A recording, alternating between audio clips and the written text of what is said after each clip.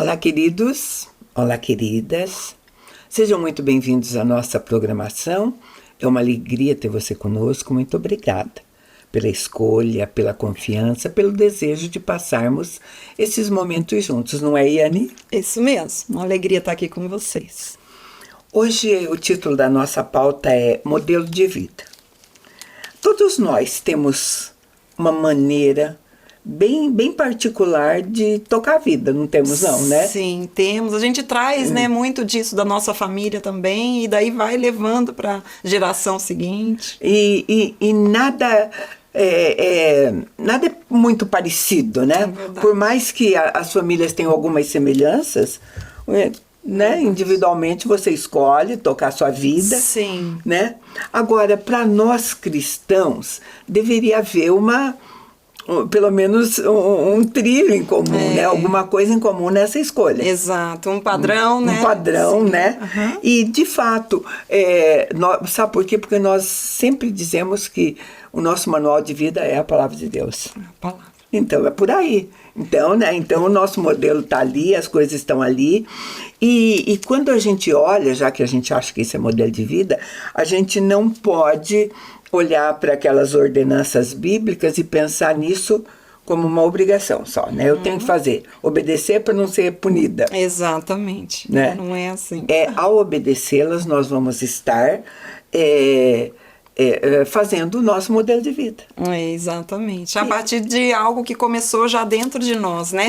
Que nos leva não a obedecer simplesmente para não ser punida, mas a obedecer por amor. E porque faz sentido, né? Em função de tudo que a gente tem. E a palavra de Deus diz a respeito, é a palavra que diz que nós precisamos nos tornar praticantes dela, e não apenas ouvintes, porque daí a gente vai estar enganando a nós mesmos se nós fizermos isso. Então, quando Jesus trouxe o reino e disse que ele nos deu vida, ele trouxe vida e vida em abundância, é a prática dessa palavra, é a escolha desse modelo que vai garantir essa vida nesse mundo tão mal, né? Exatamente. Então nós vamos começar falando sobre isso a partir daí, no dia que nós escolhemos este modelo. Isso. Porque você tem que ter um pingo de maturidade, mesmo que você nasça num lar cristão, tá?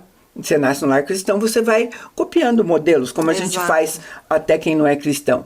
Mas aí um dia, na sua maturidade, você decide chamar Jesus para ser o Senhor da sua vida. Exatamente. Aí é esse novo nascimento, né? De você realmente começar essa vida de acordo com esse padrão. Aí você começa, e nessa hora, nesse momento, a palavra de Deus diz que nós somos salvos. Nós garantimos naquele momento, da maneira que nós fazemos, nós garantimos a nossa salvação. A gente tem a vida eterna, né? Mas a palavra de Deus diz que o inimigo das nossas almas veio para matar, roubar e destruir. A vida eterna ele não pode mexer. Uma vez essa estando garantida, então aonde que ele vai atacar?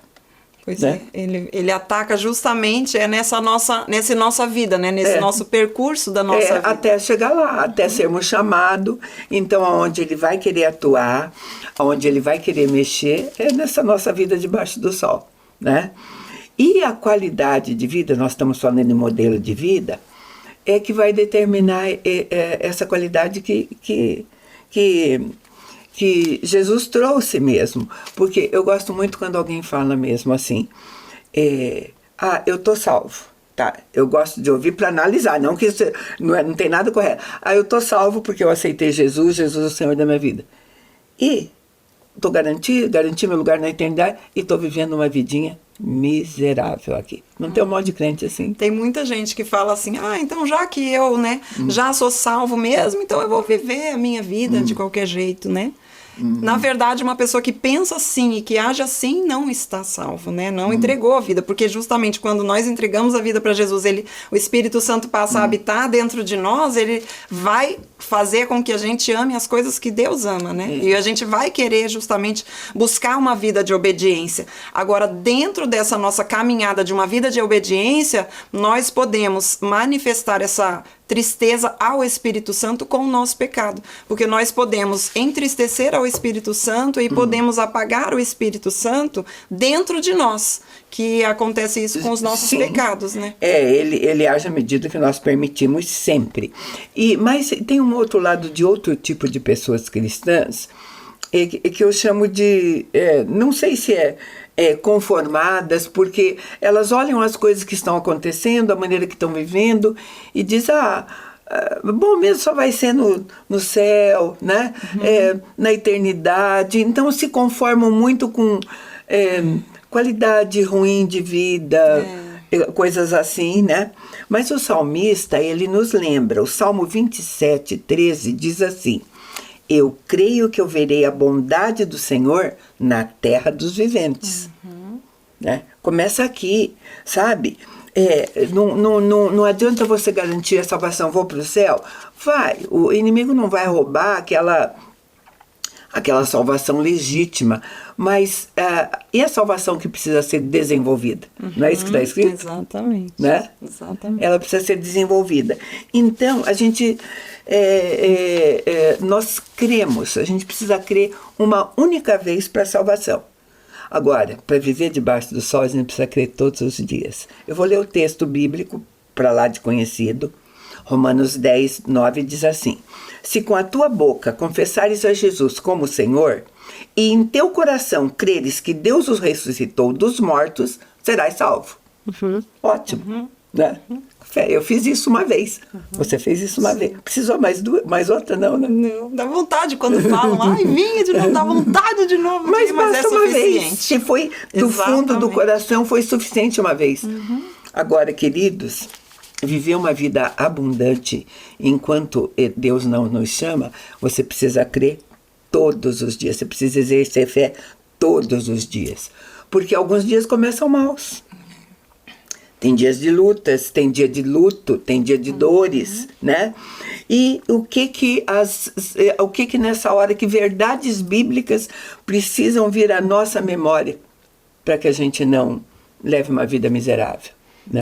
Justamente é a palavra de Deus, né? As promessas de Deus escritas nas Escrituras. E eu creio que para que a gente não entre nessa zona de conforto, no ligar o piloto automático da nossa vida espiritual, de uma vez salvo, né? E largar a vida e viver essa vida medíocre, o que vai fazer totalmente a diferença é você passar a sua vida conhecendo a Deus, buscando conhecer a Deus cada dia mais. E a aplicação essa obediência, ela não pode ser feita de maneira, eu digo, não que tenha uma maneira legítima, mas você disse, eu tenho que trazer à memória aquilo que vai me tirar do lugar ruim. Então eu trago a palavra de Deus que diz, trago um salmo, por exemplo, que diz, o choro pode durar uma noite, mas a alegria vem pela manhã. Tá escrito isso, é simples assim? Pois é, difícil, justamente, né? Na prática. É a prática, sabe? É a prática, porque do que vai depender, sabe? Eu realmente acreditar que o choro dura uma noite, mesmo que a gente pegue isso como um tempo, tá? Uma noite, um período escuro, depois as coisas clareiam. Mas tá escrito agora do que vai depender a prática disso. Na minha confiança daquilo que está escrito, no caráter de quem fez a promessa e na intimidade que eu possa ter com ele. E é interessante você usar esse exemplo, né, sobre o dia ou a noite que pode... a tristeza dura uma noite, né? O choro dura uma noite, e essa noite como um tempo de escuridão. E o que traz justamente a luz dentro do tempo da escuridão é justamente a palavra de Deus sendo revelada, né? Porque fala que lâmpada para os meus pés e a tua palavra e luz para o meu caminho. E justamente a gente não pode, o que acontece que faz com que a gente viva essa vida medíocre, muitas vezes na zona de conforto, é a falta de buscar conhecer Deus e aprender com essa luz revelada para a escuridão. E a dificuldade, às vezes, e eu quero pegar um texto bem adequado para isso, tem a ver com a nossa interpretação, com a nossa mente, com bagagem que a gente traz, né, até realmente se deparar com a palavra. Então, eu quero pegar um texto que está em Filipenses 4, que são ordenanças bíblicas e que, mais do que ordenanças bíblicas, vão demonstrar, ao obedecê-las, a maneira de eu viver, que é o que a gente está falando. Filipenses 4, a partir do 4, diz assim: alegrai-vos sempre no Senhor. Outra vez digo, alegrai-vos. Seja a vossa moderação conhecida de todos os homens, perto está o Senhor. Não andeis ansiosos por coisa alguma, em tudo, porém, sejam conhecidas diante de Deus as vossas petições pela oração, pela súplica com ação de graça. E a paz de Deus, que excede todo o entendimento, guardará o vosso coração e a vossa mente em Cristo Jesus. Vamos por partes, porque é lindo demais, né? É, muito lindo. Uma ordenança bíblica que diz: alegrai-vos no Senhor. Alegrai-vos. Ela vem até com reforço. Ela fala 2 vezes para você não ter dúvida. Para dar ênfase à alegria. Para dar ênfase. Alegrai-vos. Quando? Sempre. A palavra sempre vai mexer com a nossa cabeça. Alegrai-vos sempre no Senhor. Alegrai-vos. Sempre. É fácil. Olha, não é fácil, né? A gente pensa assim, e é muito interessante porque essa carta de Filipenses é justamente aquela escrita por Paulo enquanto ele estava preso, né? Motivo de alegria não tinha. E você veja, né? Com os nossos olhos naturais, a gente vê que tipo de alegria esse homem estava. Pode escrever uma carta sobre a alegria estando preso nessa condição, né? E é a carta chamada Carta da Alegria, uma carta onde ele estava preso. A ênfase que ele dá à alegria. Por quê? Porque essa alegria que vem do Senhor e a alegria que nós podemos ter no Senhor, ela não vem de circunstâncias. Não vem de circunstâncias e muito menos do conceito mental que a gente tem sobre alegria. Alegria, eu acho que a primeira coisa que vem à nossa mente quando se fala em alegria é na emoção, no sentimento de alegria. E, de fato, a alegria é uma emoção daquilo que a gente conhece como uma emoção primária. Alegria, medo, raiva, nojo, né? Ela é dessa maneira. Mas, quando Paulo, a Iane já falou, quando Paulo fala dessa alegria, ele não está falando realmente de emoção ou sentimento produzido por nós, seres humanos. Exatamente. E nem por nós e nem por algo que possa acontecer. Nem por alguma coisa, né? Então, porque assim, para nós, essas emoções são inatas em todos nós não podemos fugir dela. Alegria, medo, como eu disse, raiva e tudo mais.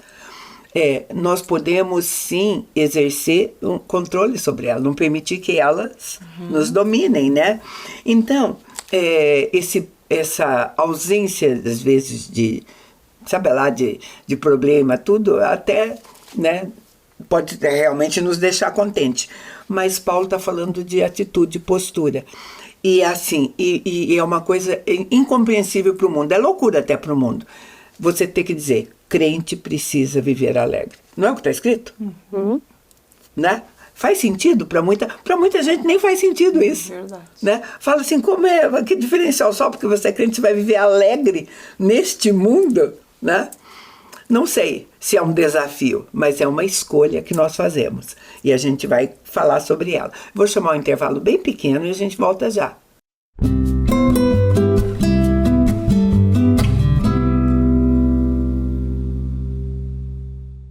No mundo em constante transformação, nos posicionamos com a ética e a integridade.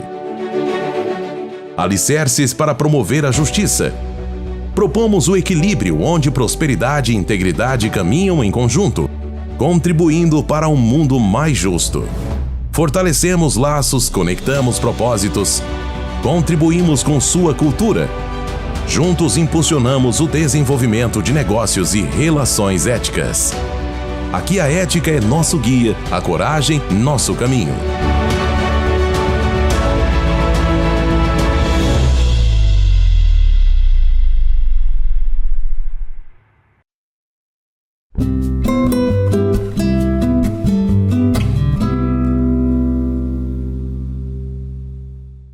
Estamos de volta. Nós estamos falando sobre modelo de vida cristão e tocamos num ponto assim que dá muita conversa. Ter alegria, estar alegre sempre estar alegre sempre é um modelo que nós, como cristãos, temos que seguir. E de repente bate, mas aí, posso até entender algumas coisas, mas sempre, né? Aí você vai colocar em determinadas circunstâncias, a gente já falou e tudo, mas até, de fato, sabe, queridos, a gente precisa ter um entendimento que nós estamos tentando mudar o conceito, essa alegria não tem a ver com circunstâncias e sentimentos. Eles vão tentar, nós somos corpo, alma e espírito, sabe? A nossa alma vai tentar mesmo se abater com uma série de situações. Mas a gente tem uma possibilidade que eu vou ler para você, que o salmista ensinou. Bendize a minha alma ao Senhor. Tudo que há em mim, bendiga o seu santo nome. Bendize a minha alma ao Senhor, e não se esqueças de nenhum só dos seus benefícios. Nós precisamos dar ordem para a nossa alma. Né? Exatamente. É muito interessante isso, né, Mirce? Porque nós podemos sim falar, porque o Espírito Santo em nós, ele frutifica a alegria, né? É importante a gente falar também que a alegria, ela não é simplesmente o sorriso, a gargalhada. Não. A alegria é um estado prazer, mesmo. Né? É o estado de espírito. E muitas vezes, que alegria eu posso ter num momento de dor e sofrimento? Existe alegria? Será que existe? A palavra diz que em todo tempo. Então existe, só que na tristeza ela ganha um outro nome, esperança. E né? Sabe por quê? Até no luto, vamos falar. Você quer um momento, momento de dor. Existe a dor da separação. Ao lado da dor da separação, existe a esperança de nos encontrarmos de novo. Existe a alegria de saber aonde está. Exatamente. Né? Porque é um desespero. Eu já tive essa experiência de ter... Alguém me chamou, eu quero que você vá consolar minha prima. Ela tinha perdido alguém da família, assim, muito de perto e tudo mais. E quando nós chegamos foi muito interessante, porque ela me apresentou e a gente começou um pouquinho. Ela virou para mim assim, onde ela está? A pessoa que tinha morrido. Eu falei, olha, tão desesperada por o que estava acontecendo. Realmente ela não sabia onde ela estava. Exatamente. Né? E por isso nós temos a esperança. Sabe? Né? A esperança nos alegra. Eu digo, sei onde está, né? Vou me encontrar, vamos nos ver de novo. É uma alegria diferente, mas é uma alegria. Ela se encaixa aqui, né?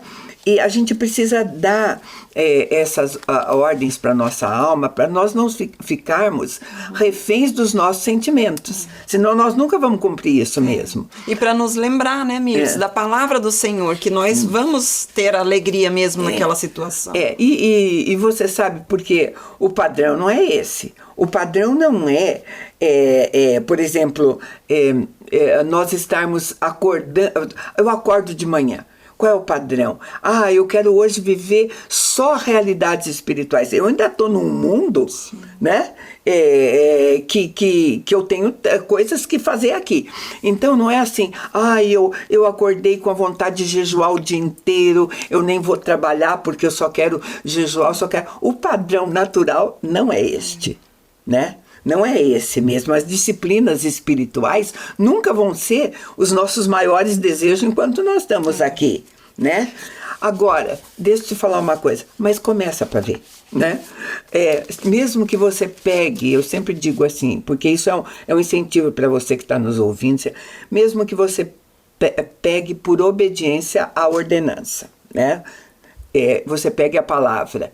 Gente, na hora que você começa a ler, a tendência é não querer parar, não é? É verdade. Não é isso que acontece? Ela começa a entrar no seu coração, na sua mente, na sua alma, né? E ela que vai trazer para nós, justamente, as verdades reveladas vão nos trazer esperança e vão nos trazer força para que a gente continue caminhando, né? Sabe? E agora, para se alegrar em Deus, porque alegria... vem nele. A alegria do Senhor é a nossa força. Para se alegrar nele, você precisa saber quem ele é. Como é que você vai se alegrar numa coisa que você não conhece? Exatamente. Né? No caráter dele, ele é a fonte de força. Você precisa ter convicção de que ele é bom, que ele é fiel. Todas essas coisas precisam estar interiorizadas em você por aquilo que você viveu com ele, né? nós temos que, a nossa mente racional não lida tão bem com isso. Mas ele continua dizendo, eu estou em Filipenses 4, que é o texto que a gente elegeu para conversar. Ele diz assim, não andeis ansiosos por coisa alguma. A ordenança vai mais longe. Não andeis ansiosos. Esse também é o modelo de vida. Crente não pode ser ansioso. Exatamente. E sabe, de coisa alguma. Agora, do mesmo modo que vem a ordenança, porque eu digo, nós temos um Deus que jamais iria pedir aquilo que é humanamente impossível de eu cumprir. E ele diz assim, então, vocês não vão andar só, vocês vão fazer o quê? Ele mesmo dá. Antes, ele diz, sejam conhecidas diante de Deus as vossas petições pela oração, pela súplica, com ação de graça. Sim, é interessante, né? A gente tem que trocar a nossa preocupação por uma oração. Eu costumo dizer assim, troca a sua preocupação por uma oração. Porque a ansiedade, ela revela algo que está no nosso coração, que precisa ser tratado, que é o quê? É aquilo que nós estamos no controle. Tudo aquilo que a gente demonstra ansiedade é porque nós estamos no controle daquilo. Então, todas as nossas ansiedades, elas revelam que há algo que precisa ser tratado, que nós precisamos mesmo entregar ao Senhor, porque a partir do momento que nós entregamos ao Senhor, nós conseguimos descansar mesmo sem ter a resposta que a gente precisa. Essa é promessa dele, porque ele diz que quando eu faço isso, quando eu entrego para ele, quando eu faço isso, e quando eu faço, olha como ele diz que eu posso fazer isso, eu faço com súplica mesmo, eu posso fazer com súplica, com tudo, posso fazer chorando até se for necessário. Aí ele diz o que vai acontecer, que é no verso 7, Filipenses 4:7, ele diz, e a paz de Deus, que excede todo entendimento, guardará o vosso coração e a sua mente em Cristo Jesus. Olha só. É isso aí, a paz, né? O descanso no Senhor, que também não está condicionado à circunstância. A paz de Deus, ela sobrepassa o entendimento, porque não está condicionada à nossa circunstância. Essa é a presença do próprio Cristo em nós. Sabe? Então, você vai ter argumentos para isso. Fala, como eu não vou ficar preocupado com o diagnóstico desta envergadura, ou então com os papéis do divórcio que estão aqui em cima, ou então com a crise financeira. Querido, se você tivesse controle sobre isso, né? De fato, você só está ansioso, como a Iane explicou muito bem, porque tinha a ver com você. É você que pensa que você tem controle dessas coisas, e não temos. Aí, quando eu confio naquele que tem o controle sobre todas as coisas, eu digo para ele, o diagnóstico está aqui. Né? Posso fazer isso com a oração, com súplica, oração de graça, a vontade dele vai ser estabelecida. A palavra diz que eu vou experimentar uma paz que excede todo entendimento. Você precisa experimentá-la, senti-la, né? Para saber disso, né? Então, agora, aí você vai dizer assim, porque a tendência nossa, eu acho que emocionalmente é espernear, sempre, né? Sempre. E não que Deus vá nos criticar por conta disso. Eu creio assim até que há momentos, né, Mirce, que há momentos numa situação que a gente faz isso. Meu Deus, o que é isso? Mas passa ali o momento, esse primeiro momento, a gente precisa normalizar e voltar, né? Voltar para o Senhor, na confiança do Senhor. E isso vai mostrar a nossa maturidade espiritual. Se a pessoa permanece esperneando sempre igual, né? Com essa forma infantil de lidar com as situações, é uma coisa, né? Mas se no momento você começa, não, realmente eu vou entregar ao Senhor, isso mostra a maturidade mesmo. E sabe, é outra ordenança ligada a essa, que está contida lá em Pedro 5. Ele diz assim, humilhai-vos, portanto, sob a poderosa mão de Deus, para que Ele, em tempo oportuno, vos exalte. Sabe? Esse lançando sobre Ele toda a vossa ansiedade, porque Ele tem cuidado de vós. Então, esse humilhai-vos é colocar na condição de humanidade nossa. Não posso, não dá, né? O limite chegou no limite e tudo mais. De reconhecer também, né, Mirtz, aonde nós estamos, quem somos e quem é Deus. Quem é Deus? Porque ao nos humilhar, ele diz assim, que ele vai, vou pegar o texto bíblico de novo, em tempo oportuno ele nos exalta. Exalta é no sentido de nos levanta. Da posição de humilhação que colocamos ali, de reconhecimento, ele nos levanta, ele nos exalta em tempo oportuno. E normalmente nós vamos até Deus querendo para ontem, hoje, né? E lidar com essas coisas, né? Então, a palavra de Deus diz que ele resiste aos soberbos. Então, esses também são modelos de vida para essa constante, não é uma humilhação que outro vai fazer para você, é um reconhecimento Exatamente. De quem é você diante do Todo-Poderoso, né? Se colocar diante do Senhor, né? Com esse coração quebrantado. Então, agora, as promessas estão lá e nós estamos falando de encaixá-las. Por exemplo, aí a gente conhece uma porção, né? A coisa está difícil, aí você conhece a palavra. Preparas uma mesa na presença do meu inimigo. Aí você chega diante de Deus e fala, Deus, é tua oportunidade. Eles estão aí, prepara já. A gente esquece em tempo oportuno, né? E como é bom você estar ao lado de um cristão maduro, sabendo de tudo que ele está passando, e ele está oferecendo para você essa tranquilidade. Você já não sentiu isso? Sim, é verdade. Eu, antes de ser cristão, o que mais me atraía, em alguns que eu conheci, era isso. Sabe? Era de você saber tudo aquilo que estava passando, e uma serenidade, uma espera, né? Essa alegria que não é sorriso, só estampado, né? Porque tinha essa noção de tempo devido. Porque é interessante, porque a palavra diz, né, lá em Hebreus fala justamente isso, que a nossa esperança é como a âncora da nossa alma, que faz com que mesmo diante de situações difíceis a gente permaneça. Deixa no lugar, aquieta-te, alma, aquieta-te. Então, essa paz que excede todo entendimento vai guardar o nosso coração, tá? Então, vai além do meu raciocínio. É uma paz. Sabe por quê? Porque nós queremos ter controle eu falei modelo de vida, nós queremos ter controle, por isso que a gente estabelece um modelo para a nossa vida, né? No nosso controle, né? É inerente do ser humano, né? E tudo nós queremos segurar. Tudo. Isso ninguém precisa ensinar. Ninguém precisa ensinar, desde pequenininho. Se você pegar um bebê e ele tiver com uma caneca pesada que vai quebrar e que vai ceder, e você chegar para ele e falar assim, dá para mim, o que ele vai fazer? Vai segurar. Não. Você diz, dá, eu quero te dar. Ele segura. Alguém ensinou um bebê, uma criança de 2 anos, 1 ano e meio, a fazer isso? Não. É inato no ser humano, né? Nós queremos segurar tudo. Né? É o coração do homem. A palavra já diz que nós nascemos em pecado nos concebeu a nossa mãe. Nós nascemos dessa forma, né? Sabe, isso e controle é uma maravilha. A gente quer ter controle. Na tua casa tem briga por controle de TV? Pois Pois é, controle. E esse é o verdadeiro controle, né?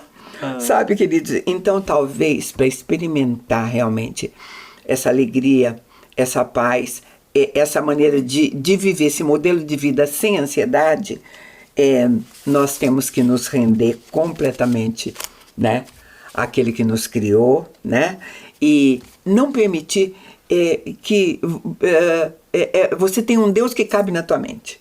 Ontem mesmo nós falávamos sobre isso. Um Deus, se Deus couber na sua mente, é um Deus muito pequeno, né? Então, mergulhe na palavra, na prática da palavra, né? Para que você possa escolher o modelo de vida que vai te deixar muito mais feliz. Era isso que a gente tinha para você. A gente agradece muito a tua companhia e te convida para estar conosco no próximo programa. Deus te abençoe.